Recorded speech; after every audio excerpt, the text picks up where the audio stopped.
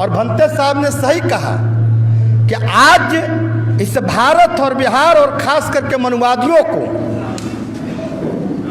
चंद्रगुप्त मौर्य या बुद्ध या जयद्रथ के बाद, मान्यवर कांशीराम साहब के बाद ज्योतिबा फुल्ले साहू जी महाराज, गुरु नानक, गुरु दादू, गुरु गोविंद, गुरु पेरियार इत्यादि महापुरुषों के संघर्ष का परिणाम था कि ब्राह्मणवादी व्यवस्था डरा करती थी। और आज वर्तमान में सबसे अधिक अगर किसी से डर है तो उस महामानव का नाम वामन मिश्राम साहब है। इसके लिए आपको कोटि कोटि नमन और बधाई कि आपने कम से कम बहुजन के सम्मान और स्वाभिमान को बढ़ाने के लिए जो आपका संघर्ष चल रहा है। जरूर हम लोगों को जगने में थोड़ी सी देर होती है, मगर बहुजन जब जग जाता है तो अपनी मंजिल हासिल करके ही रहता है। इस बात को सिर्फ समझाने की ज़रूरत है और सही मायने में अब जगने की प्रयास है। मगर सवाल यहाँ है कि ईवीएम भंडाफोड़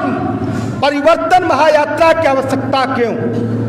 कटक से लेकर कन्याकुमारी तक वामन मिश्राम साहब का यह अनवरत यात्रा क्यों? साथियों, आज से नहीं, ये सदियों से बाबा साहब डॉक्टर भीमराव अंबेडकर जो हम लोगों के भगवान हैं, तथा कथित लोगों के भगवान 33 करोड़ देवी देवता हो सकते हैं, मगर शायद बाबा साहब नहीं होते ना ये माइक होता, ना रामचंद्र यादव कभी विधायक बन पाता, ना ये सभा होती। तो हम सभी के भगवान आदरणीय बाबा साहब भीमराव अंबेडकर के संघर्ष का परिणाम और उनके डर का परिणाम और कटक से कन्याकुमारी तक मान्यवर कांशीराम साहब का यात्रा का परिणाम था कि टेक्नोलॉजी का सबसे भारी मसीहा आपको अमेरिका, रूस, जापान, चाइना, वो जो है जब ईवीएम का वहाँ से बहिष्कार किया तो उसी समय मनुवादी लोग लाना चाहते थे, मगर डर था कांशीराम साहब कहीं जग न जाए। कांशीराम को पता चलेगा तो क्या होगा। आज सही मायने में कांशीराम साहब हम सभी के बीच जब नहीं रहे तो 2004 में एक सोची समझी साजिश के तहत इस हिंदुस्तान का सबसे भारी मनुस्मृति हमारे ऊपर लाकर थोपी गई, जिस मनुस्मृति में स्पष्ट प्रावधान है कि लोहार का बेटा लोहा के काम, कुम्हार का बेटा मिट्टी का काम, महिर का बेटा दूध का काम, कोयरी का बेटा खेत खलिहान का काम, भंटा का काम, कुर्मी का बेटा खेती का काम, यानी जिसका जो बेटा है वही काम करेगा जो मनुस्मृति में लिखा हुआ था। ईवीएम के सहारे उसी चीज को ये लोग दोगले लोग लाना चाहते हैं और इन दोगलों का जवाब देने के लिए हम सभी के नायक आदरणीय वामन मिश्राम साहब ने जिस जंग को छेड़ा है, निश्चित तौर पर साथियों बढ़ चढ़ कर के साथ अगर नहीं देंगे, आज हम लोग नहीं जगेंगे तो आने वाले समय में मैं जो समझता हूं कोई माई का लाल वामन मिश्राम बनने का प्रयास नहीं कर सकता है। जितने लोग हैं पिछड़ों के, जितने जो है शेर के खाल पहन करके, आज क्या है कल मनुवादी व्यवस्था शेर के खाल पहन करके जो है अपने साथियों के आगे करके हमेशा हमारे बीच से ये मनुवादी लोग, ये पाखंडी लोग, ये सामंतवादी लोग जो हमारे परिवार और समाज से बुद्धिजीवी होता था, जो पहलवान होता था उसको बॉडीगार्ड बनाता था, जो बुद्धिजीवी होता था उसे मुंशी बनाता था। और आज वही कारण है कि मोदी और अमित शाह जैसे दोगले लोग उसका मुंशी और लठैत बन करके और हम सभी को ऊपर शोषण करने का काम कर रहे हैं। इस तथ्य को समझना होगा साथियों, और इसी तथ्य को समझते हुए मैं नहीं कहता, निश्चित तौर पर जिस युद्ध को, जिस ऐलान को लेकर के आज वामन मिश्राम साहब चले हैं, अगर इस ऐलान में, इस युद्ध में तेजस्वी यादव, अखिलेश यादव और बहन कुमारी मायावती जी का ये लड़ाई था। करोड़ों करोड़ दलित शोषितों की आवाज आप है, करोड़ों करोड़ पिछड़ों की आवाज आप है। 15 साल, 20 साल, 25 साल राज आपने किया, समाज के चलते आपका नाम और सम्मान हुआ। मान्यवर वामन मिश्राम साहब कभी मुखिया नहीं बने, मगर अमेरिका और लंदन में भी इनको सम्मान किया जाता है। ये सौभाग्य की बात होती है। अमेरिका और लंदन में तुम्हें चोर या परिवारवादी कहा जाता है, मगर इनको सम्मानित किया जाता है तो निश्चित तौर पर समाज के हक और अधिकार के सवाल को लेकर किया जाता है। साथियों, निश्चित तौर पर इस सवाल को लेकर के अगर तेजस्वी और अखिलेश यादव अगर कल रोड पर आ गए होते क्या कारण है? 19 तारीख को मान्यवर साहब चुनाव होता है। 19 तारीख को मैं भी पार्लियामेंट का चुनाव लड़ा था और जहां यादव का 1997 बूथ हमारे पार्लियामेंट के अंदर थे,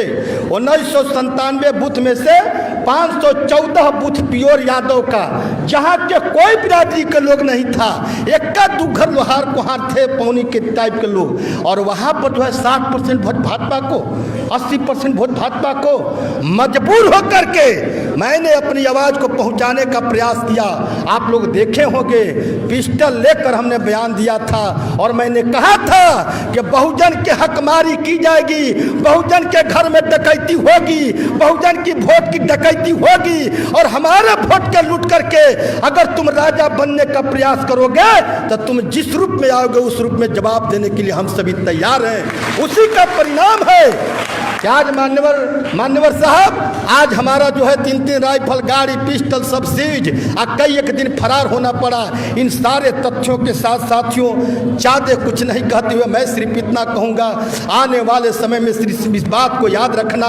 आखिर क्या कारण है हम 85 वाले खेत रोपते हैं, खाते ये लोग हैं, इनके घर का बहू बेटी जीवन में कभी रोपनी करने नहीं गई, कटनी करने नहीं गई। ये घर हम बनाए हैं, रहते वो है, एसी हम बनाते हैं, रहते वो है, पंखा हम बनाते हैं, चलाते वो है, गाड़ी हम बनाते हैं, चढ़ते वो है, धान उगाते हम हैं, अच्छा धान खाते वो है, दूध दूहते हम हैं, दूध पैदा हम करते हैं, उसका क्रीम और मलाई खाने का काम ये दोगले लोग करते हैं। इन दोगलों से मुक्ति पाने के लिए आपको जो है निश्चित तौर पर ईवीएम जैसे मनुस्मृति को जलाना होगा, तभी इस भारत के बहुजनों की आज़ादी मिल सकती है। इसी तथ्य के साथ मैं मान्यवर साहब से एक मांग करते हुए, ये तो लड़ाई आपके जोर पकड़ ली है, गांव गरीब जग रहा है, नौजवान जग रहा है, दलित जग रहा है, बहुजन जग रहा है, लोग एकजुट हो रहे हैं। इस लड़ाई के बाद एक लड़ाई और होनी चाहिए, और वो लड़ाई है शायद संयुक्त राष्ट्र संघ में इस तरह की प्रावधान है, जो अप्रवासी लोग हैं, जो विदेशी लोग हैं, यहाँ का वैज्ञानिक लोग भी, यहाँ के मनवादी लोग भी, यहाँ के बुद्धिजीवी लोग भी मान चुके हैं कि ब्राह्मण यहाँ का नहीं है, और ब्राह्मण जिस देश के अंदर जो वासी जहाँ का नहीं होता, जिस देश का वासी जिस देश के अंदर नहीं होता, उस देश का वो शासक नहीं बन सकता। संयुक्त राष्ट्र संघ में यह नियम है। आने वाले समय में ये भी लड़ाई लड़ी आपके नेतृत्व में जाए, निश्चित तौर पर हम सभी को सफलता मिले। इसी तथ्य के साथ साथियों, ज़्यादा कुछ नहीं कहते हुए, आप सभी का साथ स्नेह लेते हुए, और आने वाले समय में बामन मिश्राम साहब की लड़ाई में जहाँ कहीं भी आवश्यकता पड़ेगी, रामचंद्र यादव एक सिपाही बनकर हर हमेशा खड़ा रहेगा। जय भीम, जय भारत, जय मूल्यवादी।